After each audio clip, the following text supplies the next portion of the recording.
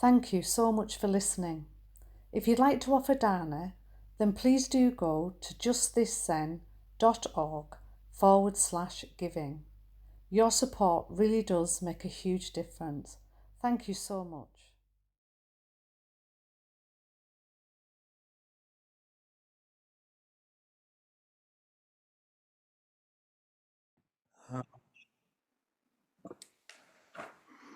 Welcome, everyone. It's wonderful to see you today. I'm trying to get you on gallery view so I can actually see you, but I'm not succeeding. So I will know you're there. The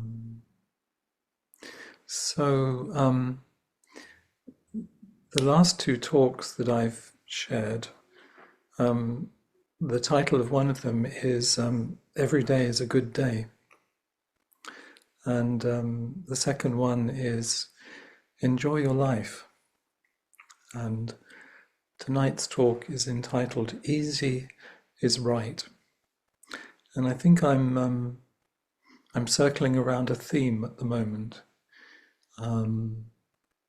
which could be expressed by the words of Yehuda Amichai when he said, behind all this, some great happiness is hiding. Behind all this, some great happiness is hiding.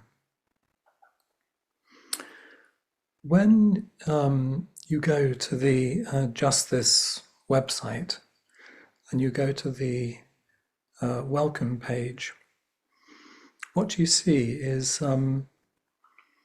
the case 48 of the gateless barrier. So it's the first thing you see on our welcome.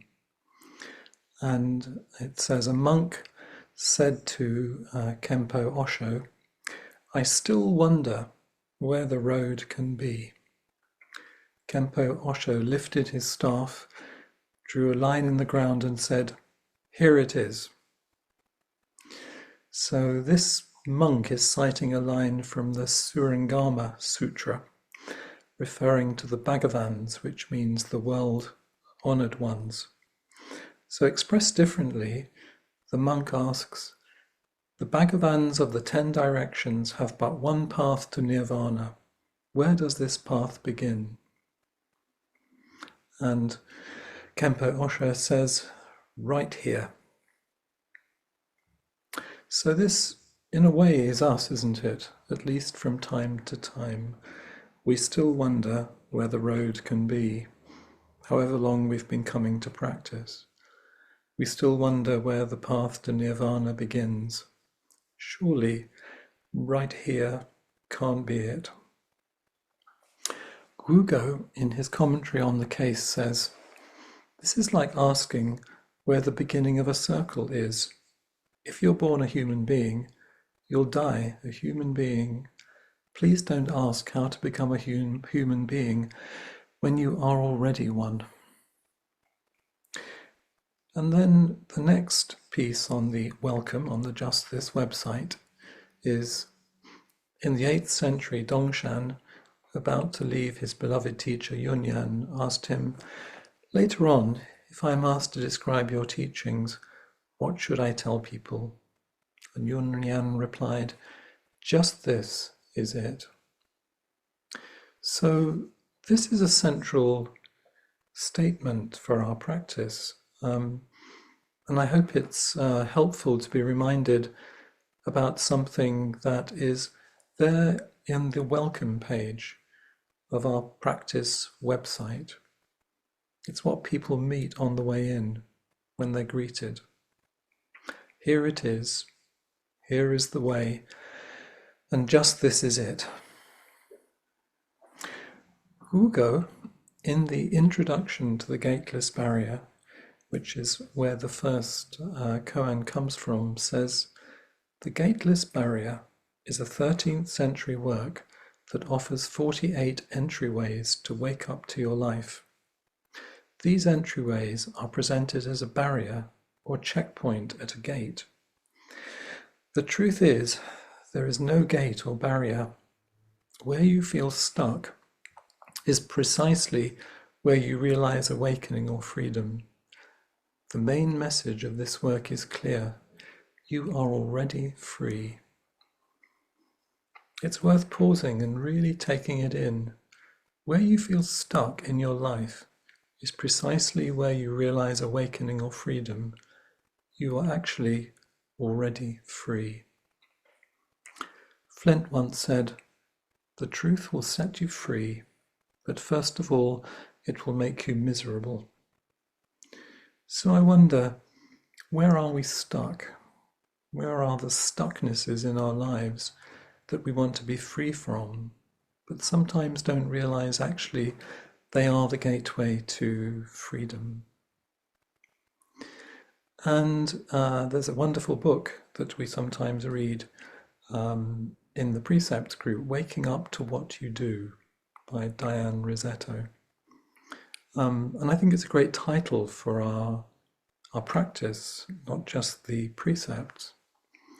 So I'm going to explore just one of my experiences of being stuck, which happens quite frequently and has happened this week. Like the monk, I do have a tendency to look towards the horizon rather than inhabiting the ground beneath my feet. And this week, it has manifested in a case of PRT, pre-retreat tension. So much to do, to anticipate, to respond to, and in addition, I have to prepare a talk for Nothing Missing tonight. If you're coming to the retreat, do you have some pre-retreat tension already? The antidote to my PRT is just to remind myself that it's always possible to come home to myself, to look away from the horizon to just being here, just now, just this meeting today, just this talk, and it's such a relief. One of the ways Flint has talked about a retreat is as a manufactured crisis. The retreat actually starts long before the retreat. We join the stream of the retreat or any event in our lives at different points, always with our habit energy. The event offers us a mirror into ourselves. It's an opportunity to study the self and an opportunity to forget the self and to keep repeating this process. When I was unwell during the summer, between stays in hospitals, the lovely Lisa House offered me some bodywork support at Sheldon. I would prefer to think of it as body ease support. She framed my essential energy as like a boat having to manage a turbulent sea, and she wanted to encourage my being to return to safe harbour, able to just bob up and down in response to the changing tides. This beautiful image of a boat bobbing up and down in a harbour has stayed with me and helped me return to myself again and again this autumn. And extending this image, I think of the Zendo here as a safe harbour where we can bob up and down together, practice together, supporting each other to navigate with some ease and poise the seas of life outside the Zendo. I've talked about Ed Brown's quote about ease in a previous talk, and I want to bring it again here today. He says, "Ease is one of the traditional Buddhist virtues. Ease is a feeling of happiness or well-being, a sense of making yourself at home in your body and mind and welcoming your experience home to your heart." And he's referring to a statement by Chiang Tzu. Chiang Tzu says, "Easy is right. Easy is right. Begin right, and you are easy. Continue easy, and you are right. The right way is to forget the right way, and to forget the way is easy. Easy is right. Begin right, and you are easy. Continue easy, and you are right. The right way is to forget the right way, and to forget the way is easy." I was looking up definitions of ease and easy. The first one was achieved without great effort. Now, that's a very Western interpretation of ease, I think. We can't achieve a retreat without great collective effort. It's clearly not true in this sense that easy is right. The second is free from worries or problems. Wugo suggests that through practice, it is possible to enjoy a life with what he refers to as vexations or worries, but not problems. But how do we define problems?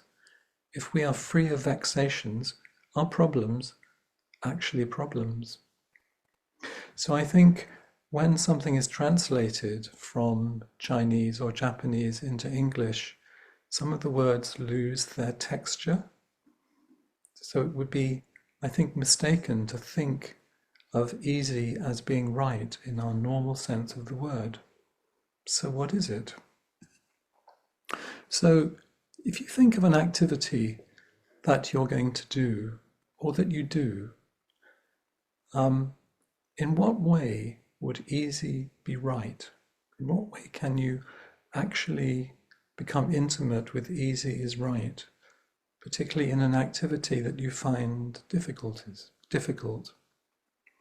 So I'm thinking of when we go to the retreat center next Friday. Can we remember Chang Tzu's words when we're unloading at 8 a.m. and setting up for the retreat? What would it be to arrive and actually start the retreat as we unload and get ready? Suzuki Roshi says, the most important point in our practice is to have right or perfect effort. Usually when you do something, you want to achieve something. You attach to some result, like setting up for the retreat. From achievement to non-achievement means to be rid of the unnecessary and bad results of effort. Then you make some special effort to achieve something, some excessive quality, some extra element is involved in it. So you should get rid of that something which is extra. This point is very important, but usually we are not subtle enough to realize it. And I'm very drawn to the word subtle because I've been seeing it several times recently in writings about Zen. We are not subtle enough to realize it. How can we be subtle enough to realize something?